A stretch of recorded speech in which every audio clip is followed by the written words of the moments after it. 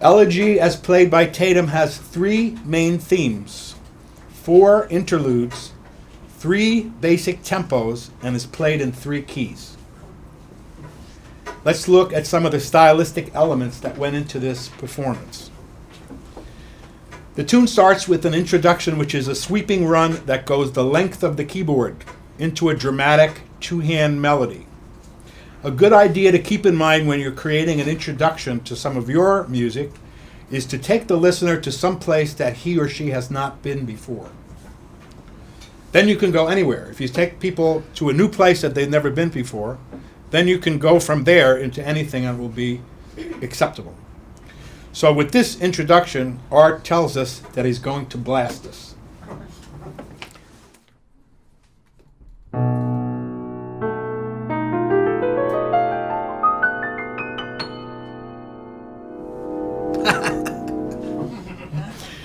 He does it faster than that. Okay, following the intro, Art plays the melody of the piece in his left hand with intricate right hand ornamentation at a slow tempo. In the right hand, he's doing a combination of chords and very intricate kind of lines.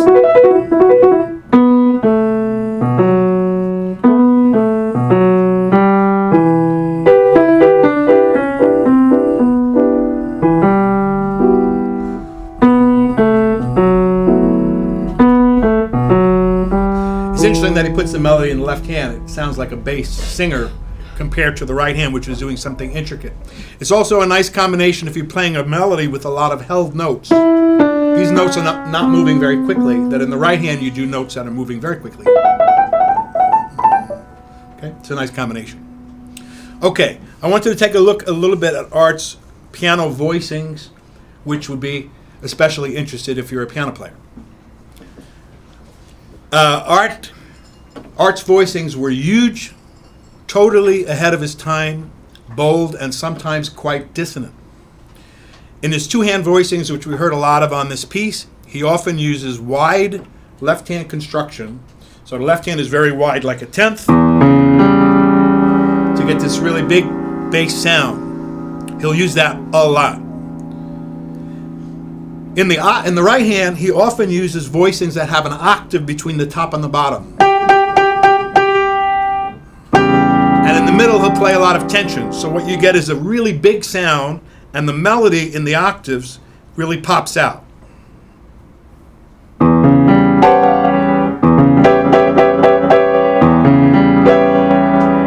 Okay? Now, sometimes he'll use more tension. He has a big bottom. It's all about that bass. And in the right hand, he uses 4 or 5 notes to get this huge sound. One of his basic elements of voicing is to use either 2 or 3 of the same notes. And he might use it down here too. So you can get a really big sound in the left hand with a melody that pops out like a bell. He does it sometimes with tensions, where he'll take a tension and accentuate the tension by playing it 2 or 3 times. Like this. So he's playing this B, it's an F7. He has it 3 times. Left hand really wide, right hand octave, and in the middle some more tensions. That's what we call a mother. Great voicing. Okay, so I just want to play some of the voicings for you. So here we have a big left hand. And we have that note. Here on a B7, he's playing an octave on a flat 13, which makes it sound very dramatic. That note pops right out of the piano. The question always with piano playing is, how do you get certain notes to come out and certain notes not to come out? Because if no notes came out, you wouldn't hear anything. But the idea is that you have to have something popping out of the chords you're playing, especially if they're really big and complicated. So Art, like Bill Evans, played octaves in the right hand between the top and the bottom to bring the melody out. Crazy voicings. Okay, so here's a voicing for an E minor 6. Okay, big in the left hand, octave in the right hand. Yeah, no doubt. Haha. Okay, here's a voicing for an E major. He uses 5 notes in the right hand. He just loved this big sound. And on a great piano like this, you can really hear it. Okay, at some point he changed his voicings and he did broken voicings, break-in chords.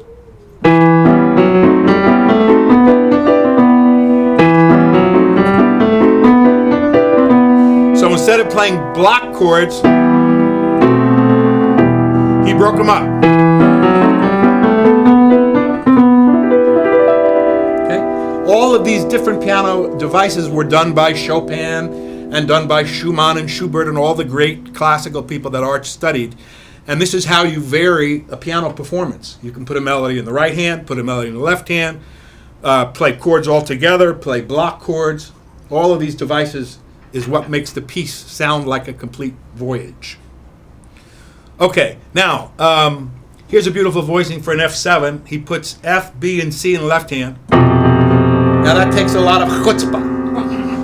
And in the right hand, he plays one of these chords. Now, a lot of times he'll play 2 notes with the thumb. Art's hands were like incredibly huge. He could reach, evidently, well, I know he could play at least tenths in both hands, a series of endless tenths, and not get tense about it. He could play tenths in the right, tenths in the left, and just do all passages. His hands were humongous. So, this voicing is for an F7, and he plays a lot of times 2 notes with the thumb, so you can get 6. It's like a 6-fingered guy.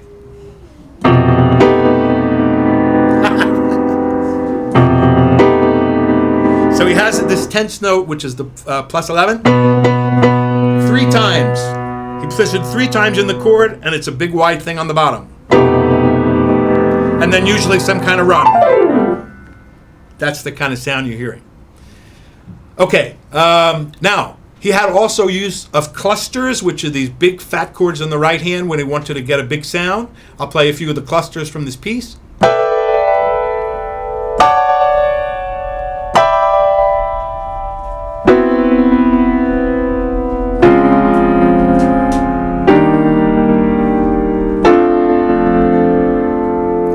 Called clusters. It's a lot of notes close together, and it creates a kind of a shocking, very bold, brash sound, especially on a great grand piano. When he plays melodies in the right hand, as we said before, he'll use octaves a lot to bring them out. So during the stride section, you can hear something like this.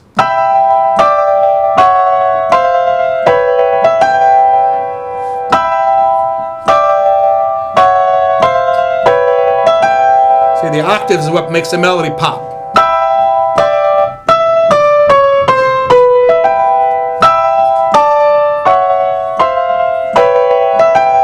All of that's why the incredible stride is happening in the left hand. Okay, so that's some of his voicing ideas. It's fantastic to have a big piano and make a big sound. It's like an elephant in the room. Okay, in addition to voicings, he uses 4 interludes in this piece. Interludes is a really cool piano concept where what you do is you slow down the action. So, especially Art has got quite a bit of action with the runs and the fills and everything. But he periodically and regularly slows that down and gives us an interlude where we can kind of cool our jets. So we've heard like a million notes, and we've heard all this flurry of activity, and then he gives an interlude. And an interlude, we can just rest for a moment, and it will inevitably build up the tension for another explosion. It's tension building, explosion. Tension building, explosion. So here are some of the interludes that we hear. So we have like a theme, an introduction, a theme.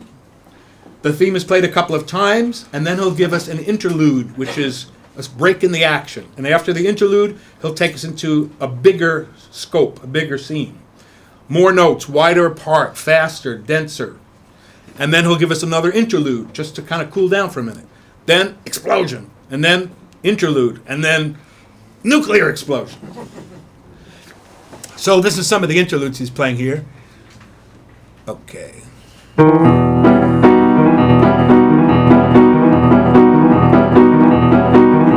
Again, you can feel the big sound. It's wide in the left hand. Right hand, some really tense chords, minor 6 to minor major 7.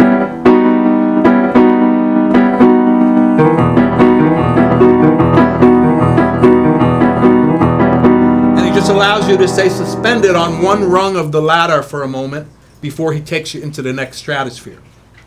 Okay, another interlude he uses is like this. Now this always reminds me of like a girl tied to the railroad tracks.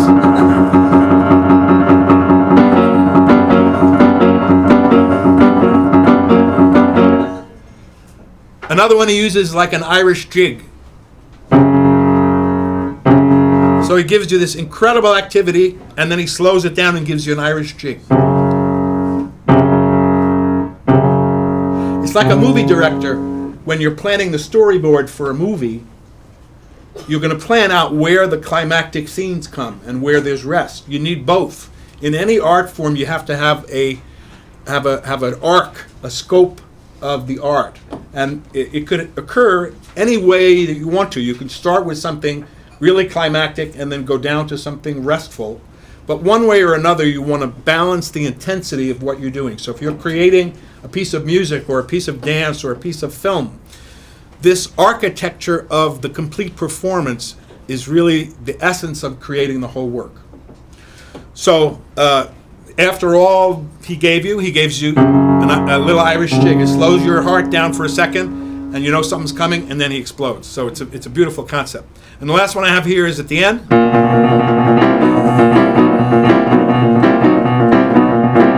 Keystone Cops. It's a panic. Art was definitely a panic.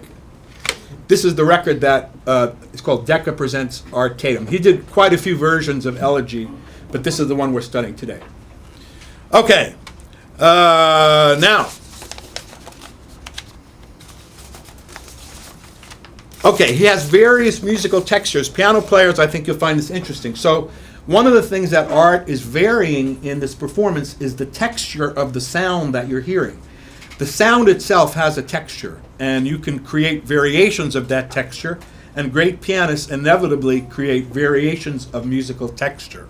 So the basic texture is just a single note, or perhaps a whole block chord. Okay, but Art used a couple of things with relative frequency that changed the basic texture of the sound. So he would do something like this, a slide. So it'd give you single notes. See,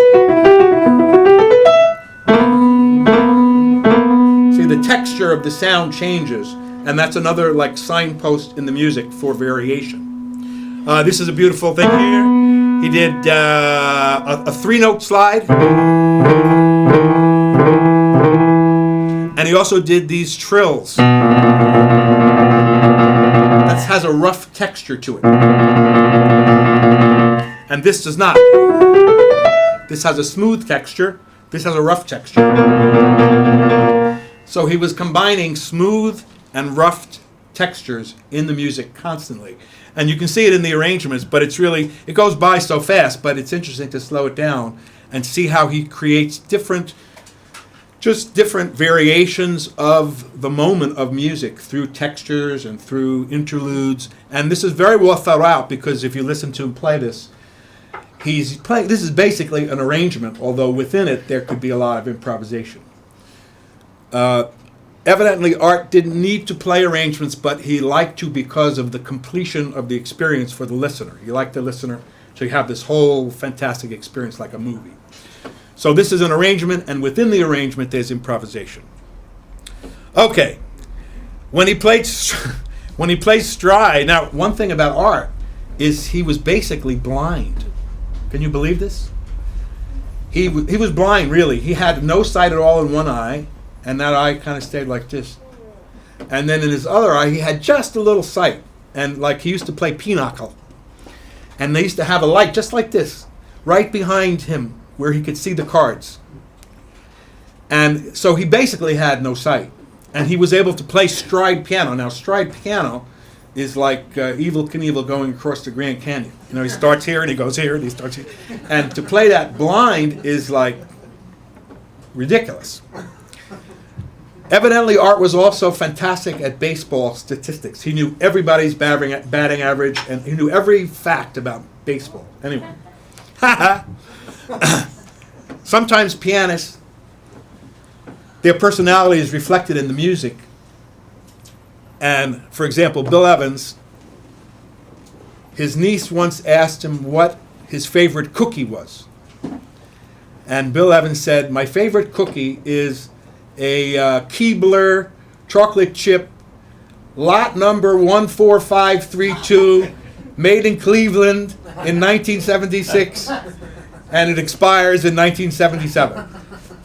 That was Bill Evans' mind. He had details, and when he created his voicings, you could hear that same kind of detailed mind. He didn't play only anything. He played exactly what he wanted to hear. I don't know what it says that Tatum liked baseball statistics. But evidently that was another part of his mind where it went.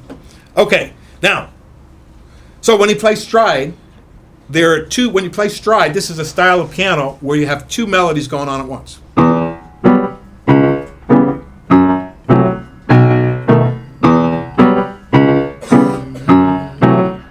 So you have one melody here, boom, boom, boom, boom, and the other melody is in the thumb of the right hand.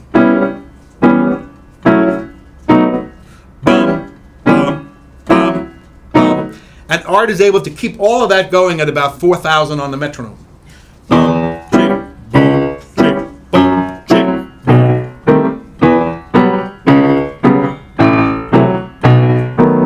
Now there are four different stride left hands that he's using.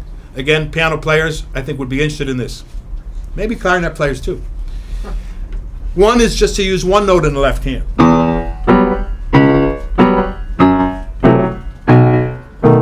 One is to use an octave in the lowest layer.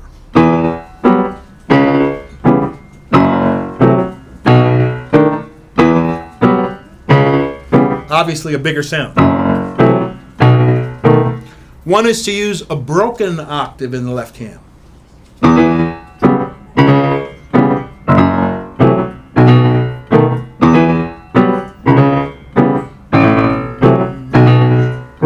The biggest sound you can get from stride that Art got was the use of tenths in the lowest layer in the left hand.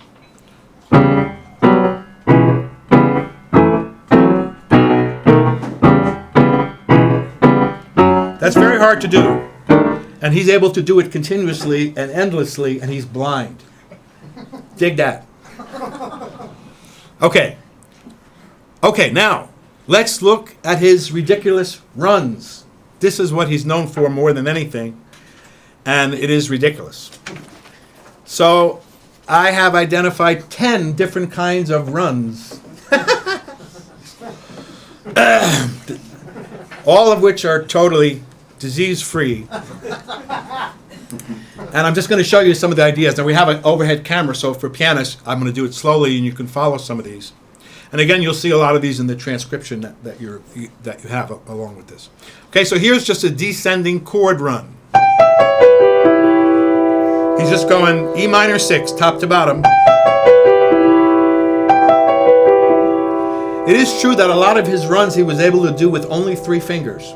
Part of the secret of being able to do the runs this quickly is in the fingering of them, and sometimes he could get away with 3 fingers. Here's a multi-level pentatonic run. Watch this. He's taking one scale, in this case a pentatonic, and he's doing a 3 pattern, 1, 2, 3, and a 5 pattern. 1, 2, 3, 4, 5. Now once he developed a pattern, he could repeat that pattern up the keyboard. Okay, 3 notes to start, and then 5. It's actually kind of fascinating to break this down because it makes sense when you slow it down and analyze it. There's something that he's doing. It's not just like a genius, which he is, but he's also a genius who's thought it through, which is the best kind of genius. Okay, we have some of his lines go up and then they go way down. So he moves close, like a second apart going higher, and then he does a big arpeggio where the notes are a third apart. So he goes up like this, and then he does a long arpeggio with thirds. And then he'll do our chromatics at the bottom. So he starts going up with seconds, and then he does an arpeggio with thirds, and then chromatics at the bottom. Chromatics and steps on top, long arpeggio in the middle to get range, and then chromatics on the bottom. Okay, that's kind of understandable. Okay, one type of run that art uses is, we could call an imitation run. This is where you take a few notes and you will imitate that an octave lower or higher and make a run out of it.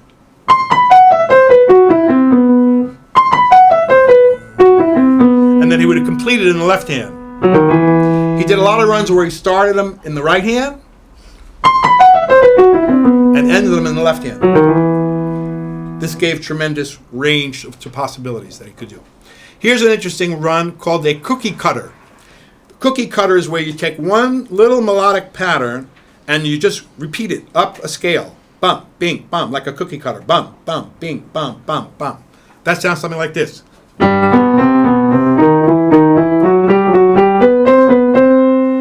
Of course, it's going at 7,000 miles an hour, but it's still like this. It's a pattern. Repeated, repeated. Okay? You can cover a lot of territory, and it's something that is doable if you practice it. And if you drink a case of Pabst Blue Ribbon beer every day. These become easy after a while, and if you miss them, you don't notice, so it doesn't matter. Here's another cookie cutter. 4 notes of a diminished scale.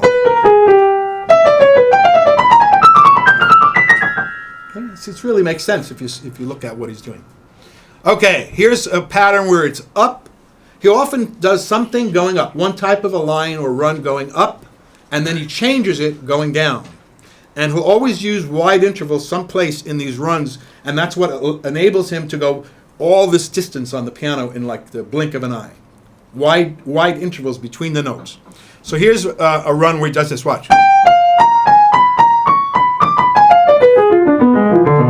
Okay? So it's a kind of repetitive little melody going up, and now a long arpeggio going down. That's a really great run. He does a descending E harmonic minor scale. Sometimes it's just a scale, but that's good enough if it goes a long way.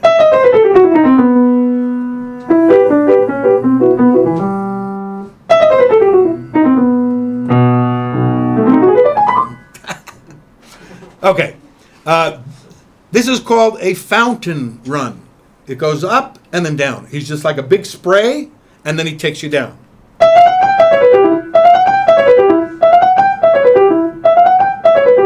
A lot of the concepts behind these incredible runs are way up and way down. He takes you way up and then way down, and then it'll go way down and then way up, and then it's just like a roller coaster in your mind. It takes you way up and then way down, and so that's an amazing concept. Okay, how are we doing out there? All right.